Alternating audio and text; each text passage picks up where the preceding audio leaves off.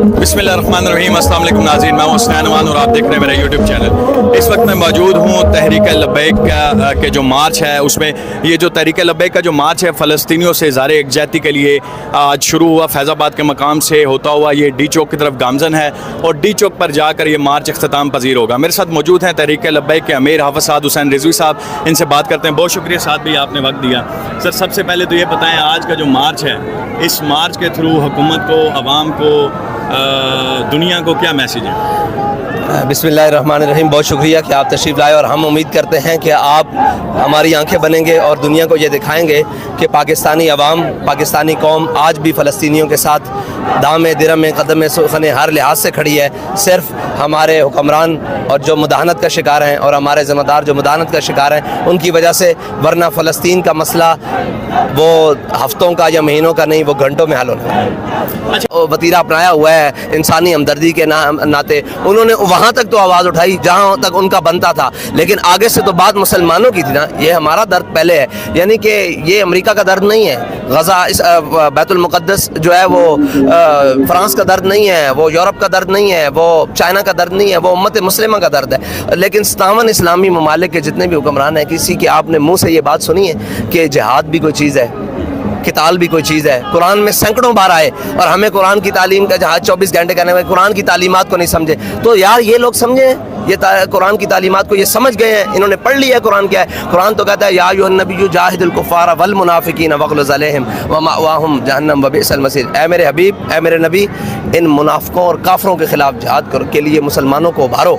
ठीक है, अब हमारी जंग भी मुनाफ़िकों से है, गज़ा की काफ़रों से है, हमारी मुनाफ़िकों से है। ठीक है, और हम मुनाफ़िकत की ज़िंदगी में जी रहे हैं। भी हम इसराइल की मज़म्मत करते हैं और फ़लस्तीन के साथ खड़े हैं। किस सूरत में साथ खड़े हैं? अगर आप ताबूत की सूरत में खड़े हैं और कफन की सूरत में खड़े हैं, शहीद को इन दोनों चीज़ों की ज़रूरत नहीं होती। अच्छा, आप एक मजहबी जमात के अमीर हैं, मुझे ये बताएं। नहीं, आप गलत बात करते हैं मीडिया वाले। हम मुकम्मल मजहबी और सियासी जमात के देखिए मेरी बात सुने। क्या नवाज शरीफ की क़यादत में उसकी जो पार्टी में है वो मजहबी लोग नहीं है? इमरान खान की जमात में हर में, तो फिर आप उनको क्यों नहीं कहते मजहबी सियासी? नहीं, लेकिन आपकी जो सियासी जमात है वो अव्वल किस्म की मजहबी जमात है, उसमें एक आम जो कारकुन है, मतलब तो इकबाल कहता है अगर दीन सियासत से जुदा हो तो चंगेज़ी रह जाती है। इकबाल कहता है अगर दीन सियासत से जुदा हो तो रह जाती है चंगेज़ी। तो फिर आप हमें मजहबी कहें, हमें खुशी होगी। हाँ। आप कल को नवाज शरीफ को कह सकते हैं आप चंगेज़ी और सियासी जमात के, और इमरान खान को कह सकते हैं चंगेज़ी और सियासी जमात के वो है लीडर। मेरा आपने सवाल नहीं सुना। मेरा सवाल ये था कि आप क्या समझते हैं कि एक पाकिस्तान एक एटमी ताकत भी है और इस्लामी मुल्क भी है, एक बड़ा इस्लामी मुल्क है, उसका किरदार क्या होना चाहिए था आपकी नज़र में कि पाकिस्तान को इस वक्त फ़लस्तीनियों के साथ कहाँ स्टैंड करना चाहिए? देखें, जो किरदार अमेरिका का इसराइल में है, इस वक्त पाकिस्तान का किरदार फ़लस्तीन के अंदर व्यय होना चाहिए था। मेरी ये राय है। अच्छा, कुछ लोग माज़रत के साथ सवाल कर रहा हूँ, नहीं, लोग ये कहते हैं कि जो तहरीक लब्बैक है वो चाबी वाला खिलौना है। ये सवाल करने का मकसद ये है कि आप ऐसे लोगों को जवाब क्या देना चाहेंगे? वो कहते हैं कि ये ऑपरेट होते हैं और जब इनको इशारा मिलता है तो ये मैदान अमल में आ जाते हैं, तो उन पर क्या कहना चाहेंगे? देखें, जो ऑपरेट होते हैं वो कभी भी बड़े जनाब इन मंजिलों के राही नहीं होते, और जो ऑपरेट होते थे उनके वालिद साहब कल तक फलां थे और आज उनके चचा बन गए हैं, तो वो उनसे ज़मीनी तनाज़ा हो गया है, नज़रियाती नहीं, एक सीट का तनाज़ा हो गया है, तो वो उनको गालियाँ दे रहे हैं। ना हम कल ऑपरेट होते थे ना आज होते हैं। हम बाय बर्थ पाकिस्तानी हैं, ठीक है जी, बाय बर्थ मुसलमान हैं, और हम नज़रियाती लोग हैं, और हम कल भी अपने नज़रिए के लिए खड़े थे। किसी ने पाकिस्तान के अंदर किसी सियासी जमात, मजहबी तो हो सकता है, किसी सियासी जमात ने अपने नज़रिए के लिए लाशें नहीं उठाई। हम अल्हम्दुलिल्लाह वो जमात हैं जिन्होंने अपने नज़रिए के लिए लाशें उठाई हैं। ऑपरेट होने वाले गोलियाँ नहीं खाते, और हमने पीठ पर गोलियाँ नहीं खाई, सीने पर खाई हैं। ठीक है जी, और आइंदा भी खाने के लिए तैयार हैं। हमारा मुँह किधर है? भागने वालों की तरफ नहीं है, सीना सामने है हमारा। ठीक है जी, तो बाकी रही बात उनकी, तो बख्तम क्या के गुफ्तम क्या। अच्छा, आज हुकूमत को क्या मैसेज है اور پلس عوام کو آپ کیا میسج دینا چاہیں گے کہ جو اس وقت موجودہ صورتحال ہے؟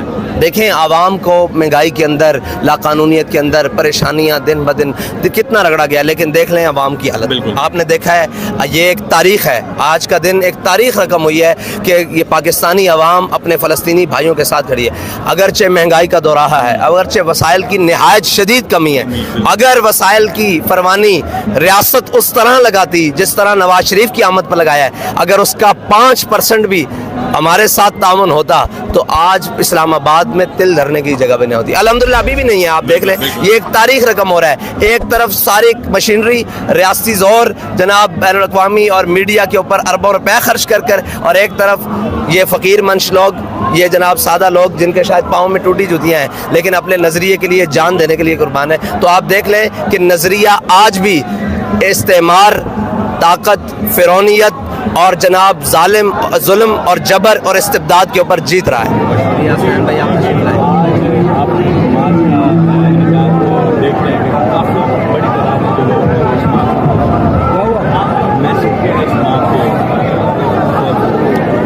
بسم اللہ الرحمن الرحیم.